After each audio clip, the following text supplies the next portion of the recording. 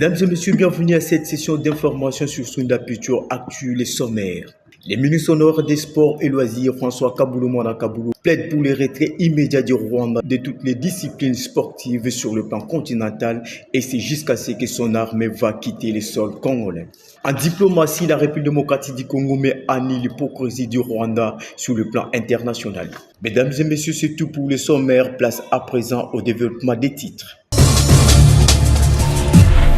Le moment est arrivé pour que nous, sportifs de la RDC, nous puissions réagir. Parce que on constate que le silence est total. On ne réagit pas, on ne secoue pas les décideurs, n'est-ce pas, pour exercer une pression sur le pays agresseur. En République démocratique du Congo, il faut que les CONOR qui agit au nom de la Fédération congolaise de football association puissent se réveiller. Il est grand temps. Il est grand temps également que le comité olympique congolais se réveille pour faire des requêtes. Dans un premier temps, les CONOR doivent faire les requêtes, une requête pour adresser à la Confédération africaine de football pour demander qu'on mette des pressions également sur la Fédération rwandaise de football. Avec cette requête, il faut absolument demander que les équipes rwandaises au niveau des équipes nationales soient écartées. Quand bien même elles ont commencé la compétition, on doit les retirer. Nous sommes dans une phase des éliminatoires de la Coupe du Monde. Je sais que le Rwanda est en train de jouer. Il faut absolument qu'on exerce une pression pour que l'équipe nationale rwandaise soit stoppée. On a vu cela sous d'autres yeux. Que ce soit au niveau de la version féminine ou au niveau de la version masculine. Nous devons demander également qu'au niveau des compétitions interclubs de la CAF, que les équipes rwandaises soient retirées de toutes les compétitions jusqu'à l'aboutissement final, jusqu'à ce que les troupes rwandaises puissent quitter le territoire national. Quelle que soit la durée de la nuit, le soleil finit toujours par s'élever, dit-on. En effet, la diplomatie congolaise PAP commence à produire ses fruits sur le plan international. Pas plus tard que jeudi 20 février 2025, le Trésor américain vient de frapper fort en direction de quelques instigateurs de la guerre imposée à la République démocratique du Congo dans sa partie est par le régime de Kigali. Il s'agit de James Kabarebe, ministre d'État rwandais chargé de l'intégration régionale pour son rôle central dans le soutien apporté par les M23. Le Trésor américain a sanctionné également Lawrence Kanyuka, membre et dirigeant et porte-parole du M23 et l'AFC, ainsi que des entreprises qu'il contrôle. À en croire le sous-secrétaire d'État américain, les États-Unis d'Amérique restent déterminés à assurer une résolution pacifique de ces conflits. Pour rappel, lors de la toute dernière session du Conseil de sécurité des Nations Unies, la chef de la diplomatie congolaise Thérèse Kayikwamba a dans ses prises de parole mis encore le Rwanda dos au mur et a demandé au Conseil de sécurité des Nations Unies de jouer pleinement son rôle.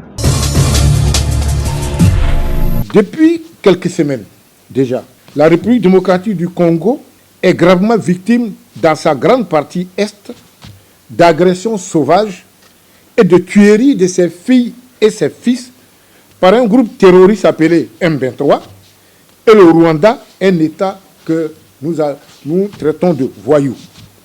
Manipulé par une nébuleuse des réseaux occidentaux qui agit sur le sol congolais dans le seul but de contrôler et piller les richesses naturelles du pays. Ne pouvant pas rester les bras croisés face à l'agression barbare du Rwanda contre le peuple congolais et le président Félix Antoine Tshisekedi. Surtout que la Fondation internationale Issa Yatou l'avait honoré et célébré en novembre 2022 au Bénin, puis en janvier 2023 au Palais de la Nation à Kinshasa pour ses multiples actions de paix menées en Afrique. La Fondation internationale Issa Yatou a décidé, par ma voix, de tenir cette rencontre avec la presse pour condamner fermement et sans réserve le Rwanda et le M23 pour les crimes qu'ils continuent de perpétrer en ce moment même en République démocratique du Congo. La Fondation internationale Issa Yatou invite donc ces agresseurs à se retirer sans condition des territoires congolais qu'ils occupent et à mettre fin à leur avancée qui ne fait qu'endeuiller le peuple congolais. La Fondation internationale Issa Yatou apporte tout son soutien aux forces armées de la République démocratique du Congo, au Wazalendo, aux forces burundaises et sud-africaines qui défendent la souveraineté du pays, ses institutions et les populations à l'est du Congo. Devant la première ministre Judith Suminwa, le président de la Commission nationale des droits de l'homme, Ponta Pumukulu, a énuméré plusieurs cas de violations flagrantes des droits de l'homme par l'armée rwandaise et ses alliés de la coalition 1-23 AFC. La chef du gouvernement a écouté d'une oreille attentive le numéro 1 de la CNDH. Saisissant l'occasion, ce dernier a également sollicité de la première ministre quelques facilités pour l'avenir de ces institutions sœurs et d'autres leaders de la société civile. La situation des droits de l'homme s'est détériorée dans le nord et sud Kivu, comme vous le savez, avec des massacres des populations civiles, avec des exécutions sommaires, avec, disons, privation de liberté. Et les populations civiles, les activistes des droits de l'homme sont traqués. Ce qui tombe entre les mains de tous ces éléments du M23 et AFC et même les forces rwandaises, de l'armée rwandaise. Voilà pourquoi le 25 et le 26, 2 jours, nous organisons un atelier, une conférence pour recevoir les INDH, nos consoeurs, les institutions sœurs, les CNDH d'autres pays arrivent chez nous, surtout africaines, pour s'abreuver qu'est-ce qui se passe, s'informer, enfin d'échanger sur les stratégies de contribution au retour de la paix. Face à cette bataille contre les ennemis du peuple congolais, la patronne de l'exécutif central garde ses manches rétroussées pour barrer la route à ceux qui pensent que le massacre des populations civiles resteront impunis. Nous sommes à Bunia, capitale provinciale de l'Ituri. Cette ville respire un air de paix et de tranquillité. Les activités tournent à plein régime et la population exerce librement ses activités. Écoles, marchés, boutiques, institutions bancaires, transports en commun et autres fonctionnent normalement aux grandes dames des pêcheurs en eau trouble qui tentent désespérément de déstabiliser la ville via leur entreprise de propagation de fausses rumeurs à l'arrivée des troupes ougandaises. La population de Bunia fait preuve d'une résilience face au jeu de l'ennemi. Après l'entrée des Ougandais ici, UPDF, l'activité d'abord c'est très bien pour moi d'abord. Il n'y a pas la peur, les affaires étudient bien. Les activités du marché, au magasin, les tassimènes, tout est activités, c'est d'abord normal.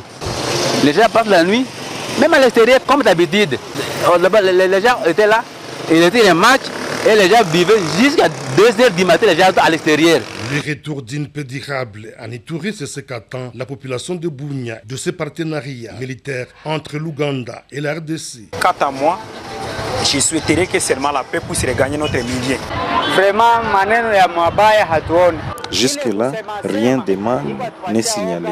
Cette affaire de désinformation crée de la psychose au sein de la population et fait à ceux qui est certain deviennent distraits, restent à la maison et se livrent à l'alcool.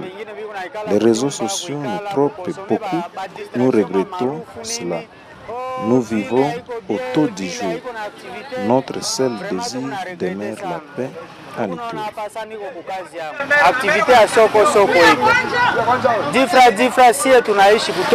La désinformation, une arme de l'ennemi dans cette guerre d'agression pour déstabiliser le pays déjà démasqué par les services de sécurité et de défense. À ce propos, la population est appelée à rester vigilante afin de barrer la route à cette manœuvre de l'ennemi, comme l'a toujours dit le lieutenant-général Boyanka Chomadjouni, gouverneur de province.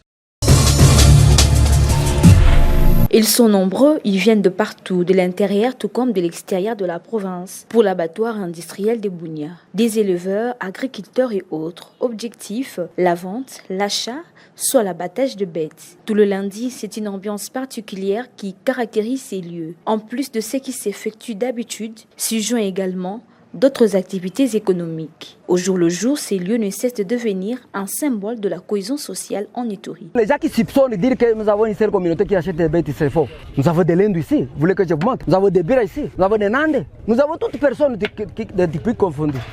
On ne peut pas distinguer ni la couleur. Chez nous, c'est non.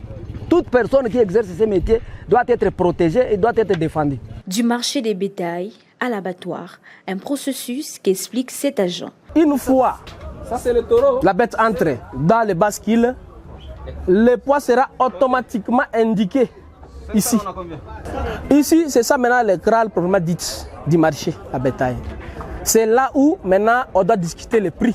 La réglementation de ces secteurs par les autorités ainsi que l'amélioration de la situation sécuritaire. Recommandations faites par les chefs de division provinciale de l'abattoir industriel de Bunia. Nous félicitons notre gouverneur parce qu'il veille toujours à sa population. Et nous les demandons encore de ne pas se fatiguer parce que nos éleveurs sont dans les coins.